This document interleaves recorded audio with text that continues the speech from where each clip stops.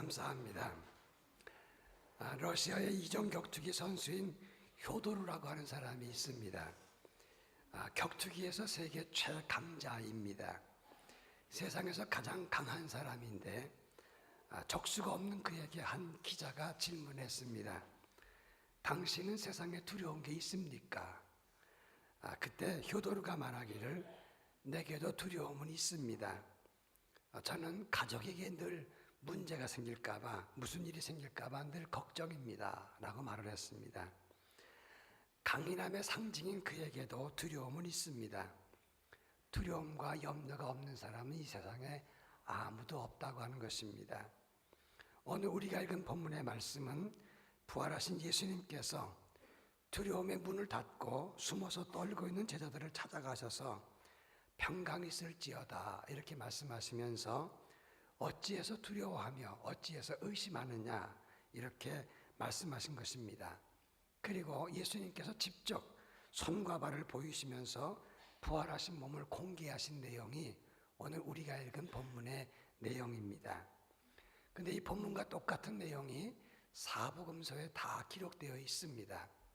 마태복음 28장 16절 이후에 보면 부활하신 예수님은 제자들을 찾아가셔서 가서 모든 족속으로 제자를 삼아 아버지와 아들과 성령의 이름으로 세례를 주라 이렇게 간단하게 기록을 했습니다. 마가복음에서는 16장 14절 이후에 보면 그들의 믿음 없는 것과 완악한 것을 꾸짖었다. 부활을 믿지 못하는 제자들을 책망하셨다라고 기록을 하고 있습니다. 요한복음 20장 19절 이후에 보면 죽음이 두려워서 문을 닫고 숨어있는 제자들을 찾아가셔서 평강이 있을지어다 이렇게 말씀하시면서 부활의 몸을 보여주신 후에 숨을 내쉬면서 성령을 받아라 이렇게 말씀하셨습니다. 이 사복음서의 공통적인 특징 중에 하나가 뭐냐면 지금 제자들이 대단히 두려움에 떨고 문을 닫고 숨어 있다고 하는 점입니다. 부활하신 예수님이 오셨을 때 그들이 또 놀라고 두려워했는데 그 이유에 대해서 오늘 37절에 보면 그들이 놀라고 무서워하며 그 보는 것을 영으로 생각하는지라 이렇게 말했습니다. 영으로 생각했다는 말은 헬라 말을 보면 푸뉴마, 어떤 사본에 보면 판타스마라고 기록되어 있습니다. 판타스마라고 하는 말은 유령이란 뜻입니다. 푸뉴마라고 하는 것은 영이란 말인데 부활을 믿지 못하는 그들은 예수님께서 나타나셨을 때 유령이나 죽은 사람의 혼령으로 생각을 하고 더 두려워했다고 하는 것입니다. 그때 예수님은 부활의 몸을 보여주시면서 평강이 있으라 두려워하지 말라 이렇게 강조했다고 하는 것입니다. 오늘 본문을 중심으로 예수 부활을 믿는 우리는 어떤 믿음으로 살아야 되는가 이것을 보면서 오늘 우리에게 주시는 교훈이 무엇인가를 함께 살펴보도록 하겠습니다. 제일 먼저 38절 말씀을 다 같이 한번 읽어보겠습니다. 38절 예수께서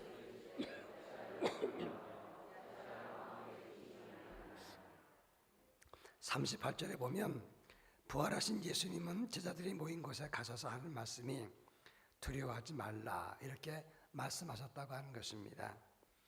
무덤에 찾아왔던 여인들에게 무서워하지 말고 두려워하지 말라 이렇게 예수님 말씀하셨습니다. 오늘 38절에 보면 제자들에게 두려워하지 말고 의심하지 말라 이렇게 말씀했습니다. 이 말은 전적으로 나를 신뢰하고 두려운 마음을 가지지 말라 이런 말씀입니다.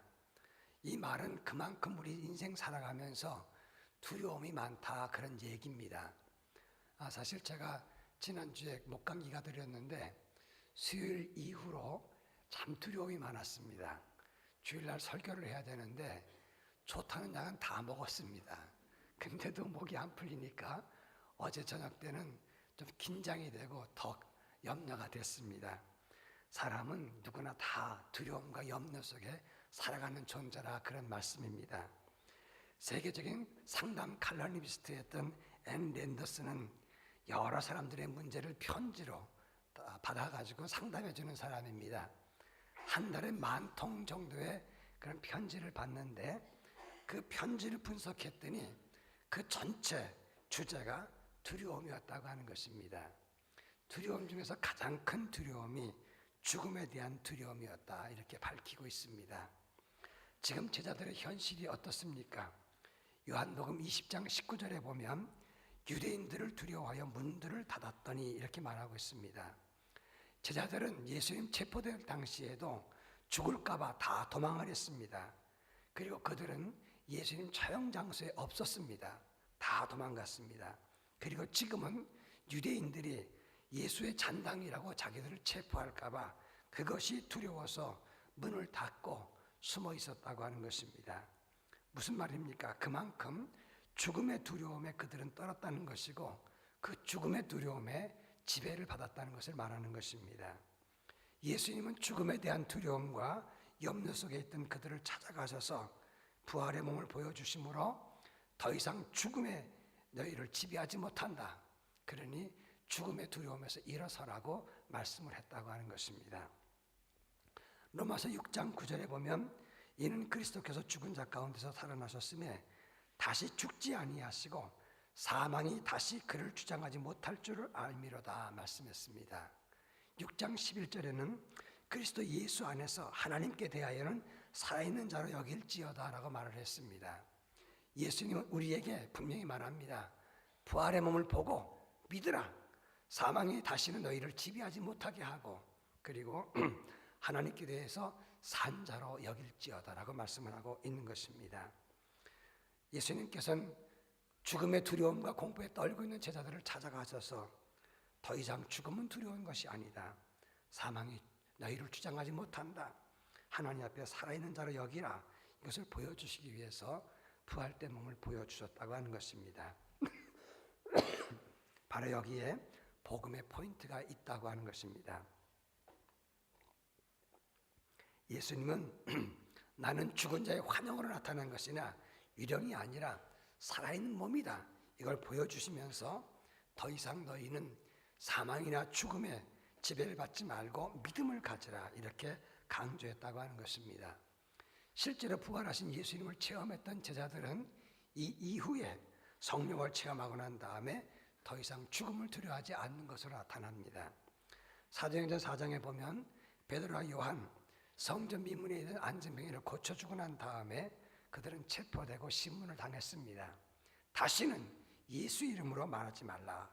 그러나 그들은 부활의 몸을 체험하고 성령을 체험하고 난 다음에 이렇게 말합니다. 우리가 하나님 앞에서 너희 말 듣는 것이 하나님 말씀 듣는 것보다 옳은가를 판단하라. 우리는 보고 들은 것을 말하지 않을 수 없다라고 당당하게 말을 합니다. 바로 여기에 중요한 교훈이 있는 것입니다. 세계적으로 유명한 리빙스턴이라고 하는 영국 선교사가 1856년에 아프리카에서 큰 위험을 만나게 되었습니다. 리빙스턴을 반대하는 사람들이 리빙스턴을 몰아갑니다. 그리고 자기를 평상시에 해치려고 했던 음부르바 나가는 추장의 땅으로 몰고 갔습니다. 리빙스턴은 가만히 있으면 자기를 반대하는 사람에 의해서 죽고 그리고 도망가면 자기를 평상시에 죽이려고 했던 음부르바의 땅에 들어가서 죽게 됩니다. 양쪽에 끼어서 이럴 수도 저럴 수도 없는 위기에 빠졌습니다. 그래서 그는 죽음과 두려움에 잠을 이루지 못했습니다. 그리고 어떻게 하면 좋은가라고 묵상을 하고 있는 중에 마음을 진정시키는데 오늘 본문 38절 말씀이 떠올랐습니다. 어찌해서 두려워하며 어찌해서 마음에 의심이 일어나느냐. 그 말씀 때문에 그렇다. 주님이 나와 함께 계신다. 부활하신 주님이 나와 함께 계시는데 내가 더 이상 두려울 것이 무엇이냐. 이렇게 당당하게 그 음부르바의 땅에 들어갔습니다. 당당하게 자기를 드러내고 가는 모습을 보면서 음부르바가 저 사람이 웬일인가? 저희에는 뭐가 있다라고 생각을 하고 두려워서 더 이상 리빙스턴을 건드리지 않았다고 합니다. 1856년 1월 14일 일기에 리빙스턴은 이런 글을 썼습니다. 이 말씀이 나에게 불안과 두려움의 종식을 주었다. 세상 끝날까지 하나님이 나와 함께 계시지 않는가. 이런 일기를 남겼다고 하는 유명한 이야기가 있습니다. 고린도후서 1장 8절로 9절에 보면 사도 바울은 환난과 시련이 너무나 커서 심에 겹도록 심한 고난을 받고 살 소망이 끊어지고 사형 선고를 받은 줄 알았다고 말합니다. 그런데 이는 자기를 의지하지 않고 오직 죽은 자를 다시 살리시는 하나님만 의지하게 하심이라 이렇게 말했습니다. 고린도후서 4장 8절로 9절에 보면 사방으로 우겨싸임을 당하고 답답한 일을 만나고 박해를 받고 버림받고 거꾸로 뛰임을 당해도 우리는 망하지 않는다라고 말합니다. 예수의 생명이 우리 몸에 나타나기 때문이라 이렇게 말하고 있습니다. 그렇습니다. 예수의 부활을 체험하고 예수의 부활을 붙잡고 사는 우리들은 어떤 시련과 환난이 와도 죽음의 두려움도 두려워하지 않는다, 그런 말씀입니다. 구세군 창시했던 윌리엄 부스의 아내 캐서린 부스가 죽을 때 이런 고백을 했습니다. 이제 나는 죽는 것이 아니라 새로운 생애가 시작되는 것이 보인다. 죽음이 이렇게 아름답고 귀한 것이구나 감격하면서 주님의 부르심을 받았다는 기록이 나와 있습니다. 여러분, 예수님의 부활은 오늘 우리에게 죽음에 대한 두려움을 사라지게 만든 것입니다. 더 이상 죽음에 대한 두려움이나 어떤 염려와 근심거리, 그것에 지배를 받지 않고 사망이 손대지 못하는, 그리고 이긴 자로 여기는, 산 자로 여기는 믿음과 확신이 우리 속에 가득할 수 있기를 주의 이름으로 축원합니다. 그런가 하면 38절에 보면 왜 마음에 의심이 일어나느냐 이렇게 말씀을 했습니다. 마가복음 16장 14절에 보면 똑같은 상황에 이런 말씀을 했습니다. 그 후에 11 제자가 음식 먹을 때에 예수께서 그들에게 나타나사 그들의 믿음 없는 것과 마음이 완악한 것을 꾸짖으시니 이는 자기가 살아나는 것을 본 자들의 말을 믿지 아니함일러라 이렇게 말하고 있습니다. 그들이 의심이 일어나는 것을 믿음 없는 것과 완악한 것이라고 마가복음에서 설명을 했습니다. 믿음 없는 것, 아피스티아라는 말을 쓰는데 이 말은 믿음이 아예 없다는 게 아니라 믿음이 약한 것을 말하는 것입니다. 완악한 것은 스클레로카르디아라는 말을 씁니다. 이 말은 믿음을 믿기를 거절하는 굳은 마음이라 그런 뜻을 말하는 것입니다. 왜 두려워하고 의심하느냐? 이 말은 왜 믿음이 없고 왜 완악하냐? 그렇게 말씀하신 이유는 그만큼 내가 지금 부활의 몸으로 너희 앞에 있지 않느냐? 내가 너희와 함께 있는데 왜 두려워하느냐? 왜 염려하느냐?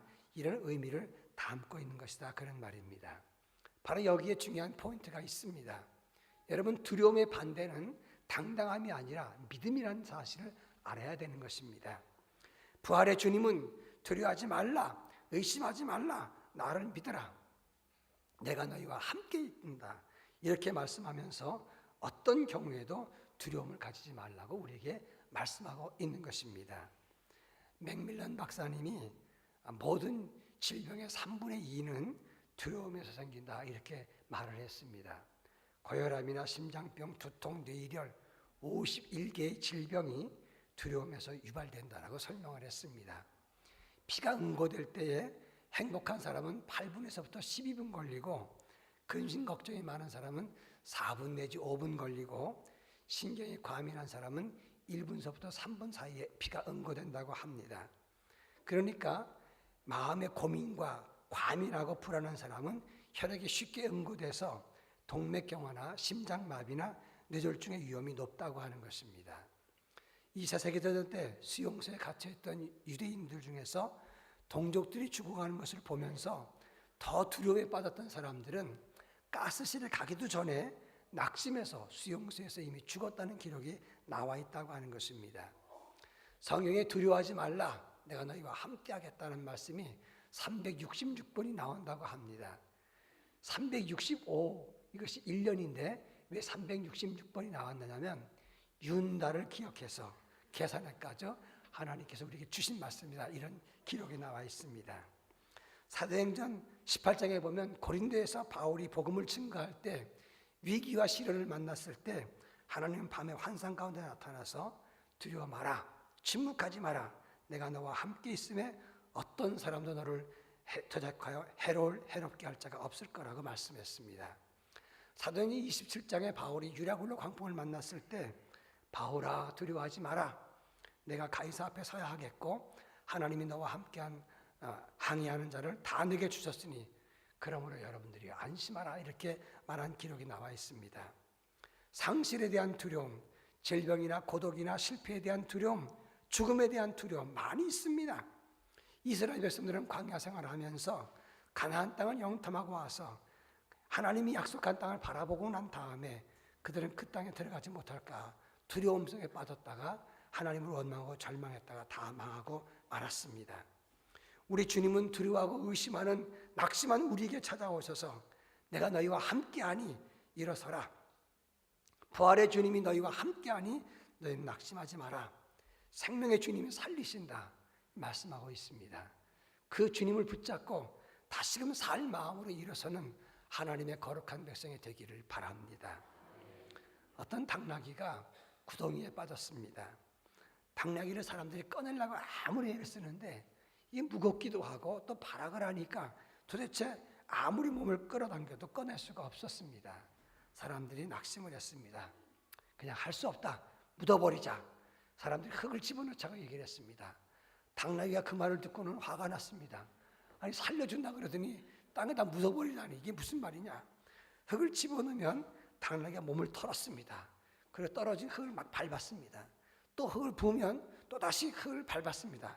그러다가 흙을 밟고 결국은 바깥으로 나왔다고 합니다. 만사에 다 마음먹기 달린 것입니다. 오늘 우리도 위기의 구덩이에 빠져도 두려움을 떨어버리고 살 길을 찾으시기 바랍니다. 주님이 우리와 함께 계십니다. 두려워 말라. 내가 너희와 항상 함께 한다. 이 말씀하신 주님이 우리를 두려움에서 건지십니다. 그 건지시는 주님을 붙잡고 두려움에서 일어서는 하나님의 거룩한 백성이 되기를 주의 이름으로 축원합니다. 마지막 세 번째 본문의 41절을 보면 부활하신 주님 만났던 제자들의 마음이 두 가지였던 것을 볼 수가 있습니다. 이 41절 말씀을 다 같이 한번 읽어보겠습니다. 그들이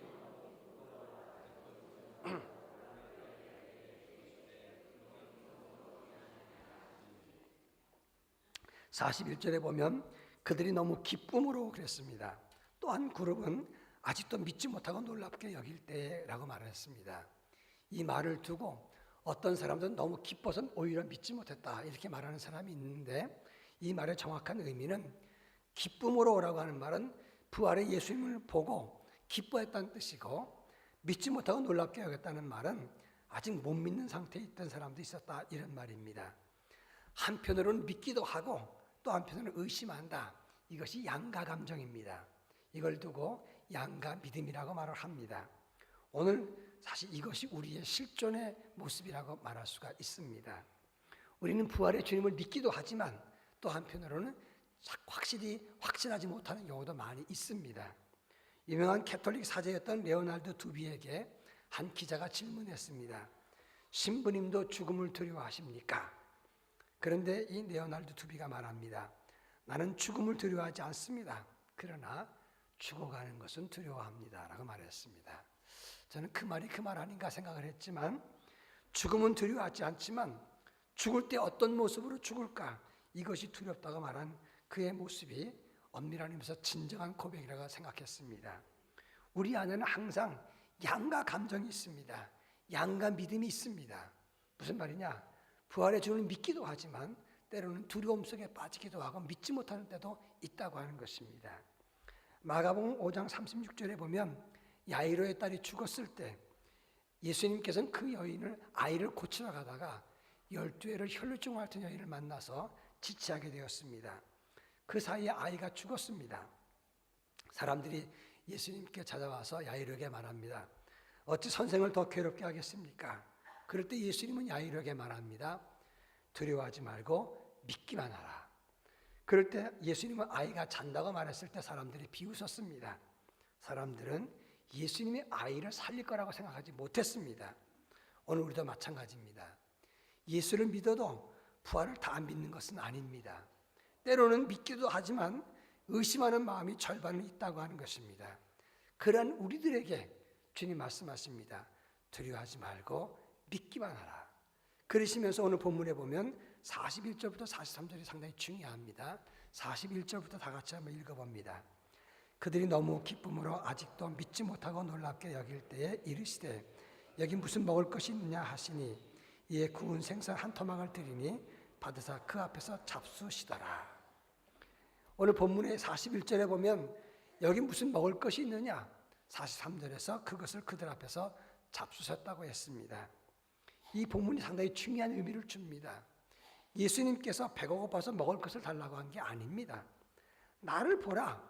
너희가 믿지 못하니 나는 유령이나 죽은 사람이 아니라 돌아온 영이 아니라 살아있는 부활의 실체다. 불신과 이 부활의 실체를 보는 사이에서 의심 사이에서 왔다 갔다 하는 그들에게 확신을 심어주기 위해서 예수님은 직접 음식을 잡수셨습니다. 그러면서 부활의 몸에다가 한 표를 던져준 겁니다. 여러분 시소 게임이라는 걸 아시죠? 시소를 탑니다. 무게가 똑같으면 시소는 평행으로 유지합니다. 그런데 거다가 가방 하나만 얹어놓으면 이쪽으로 내려가게 됩니다. 마찬가지입니다. 믿음과 두려움 사이에서 팽팽한 긴장관계에서 갈팡질팡하는 그들에게 예수님은 부활의 몸을 직접 보여주시고 음식을 잡수심으로 이게 육신이다. 부활의 몸은 먹을 수도 있고 영이 아니다는 것을 보여주시면서 부활의 몸을 확실히 믿도록 그쪽에다가 믿음을 갖도록 한 표를 던져준 것입니다. 바로 여기에 복음의 비밀이 있다고 하는 것입니다. 이 본문이 있기 전에 누가복음 24장 13절부터 35절에 보면 엠마오로 내려가는 두 제자 이야기가 나옵니다. 이 성경을 자세히 읽어보면 부활 사건을 믿지 못하고 낙심하고 돌아가는 그들에게 미련하고 선지자들의 말한 모든 것을 더디밌는 자들이요 이렇게 말씀하시면서 예수님은 부활의 사명 설명을 자세히 설명해 주시면서 그들의 영의 눈을 뜨게 만들어 주었다고 하는 것입니다. 그렇습니다. 예수님은 지금도 믿지 못하고 두려움과 근심에 잡혀있는 그들에게 믿도록 믿음을 가지도록 권면하시고 직접 보여주셨다 이런 말씀입니다. 지금 본문도 똑같이 음식을 먹음으로써 그들에게 믿게 하시고 이렇게 도우시는 주님을 부활의 주님을 의지하고 붙잡고 나가도록 만드셨다고 하는 것입니다. 바로 이것이 중요한 포인트가 된다는 사실을 알아야 되는 것입니다. 구봉서 장로님이 연예인 교회 다닐 때 하영조 목사님이 담임 목사 시절입니다. 성경 공부를 가르치는데 마리아의 동정녀 탄생에 대해서 열심히 강의를 했다고 합니다. 강의를 한참 듣다가 한 연예인이 이런 말을 했습니다. 목사님, 그 말 같지 않은 소리 하지 마시고 예수님이 기적 이야기를 해주십시오. 처녀가 어떻게 아기를 낳습니까? 라고 말했습니다. 하영조 목사님이 그 말을 듣고 다시 이 동정녀 탄생에 대해서 자세히 설명을 했습니다. 그러니까 또다시 그 사람이 그 말 같지 않은 얘기 하지 마시고 예수님이 기적 얘기를 좀 해주십시오라고 얘기를 했습니다. 그때 분위기가 아주 싸늘해졌다고 합니다. 그때 구봉서 장로가 상기된 얼굴로 이런 말을 했습니다. 야 임마, 마리아의 신랑 요셉도 믿었는데 네가 뭔데 안 믿어? 이렇게 이야기했다는 유명한 얘기가 있습니다. 그렇습니다. 부활하신 예수님이 직접 오셔서 내가 부활했다 말씀하셨는데 왜 안 믿습니까? 부활의 주님의 음성을 듣고 두려워하지 말라, 의심하지 말라 말씀하신 그 음성을 듣고 믿음을 가지고 부활신앙으로 가슴 뜨겁게 살아가는 우리 모두가 되었으면 좋겠습니다. 예수 부활, 나의 부활입니다. 주님이 나와 함께 계십니다. 두려움을 이기는 믿음을 가지고 하나님께 영광 돌리는 하나님의 거룩한 자녀가 되기를 주의 이름으로 축원합니다. 기도하겠습니다. 사랑 많으신 하나님 아버지 감사합니다. 저희를 사랑하시고 인도하셔서 믿음 없는 우리를 찾아오셔서 부활의 몸을 보여주시면서 너희는 살아있는 몸을 보고 믿으라, 그리고 두려워하지 말라, 의심하지 말라 말씀하신 주님의 음성을 듣고 다시금 일어서는 저희 모두가 되게 하옵소서. 사망이 지배하지 않고 하나님 앞에 살아있는 몸으로 살아가는 우리 모두가 될 수 있도록 은혜를 더하여 주시옵소서. 예수님의 이름으로 간절히 기도합니다. 아멘. 주신 말씀 기억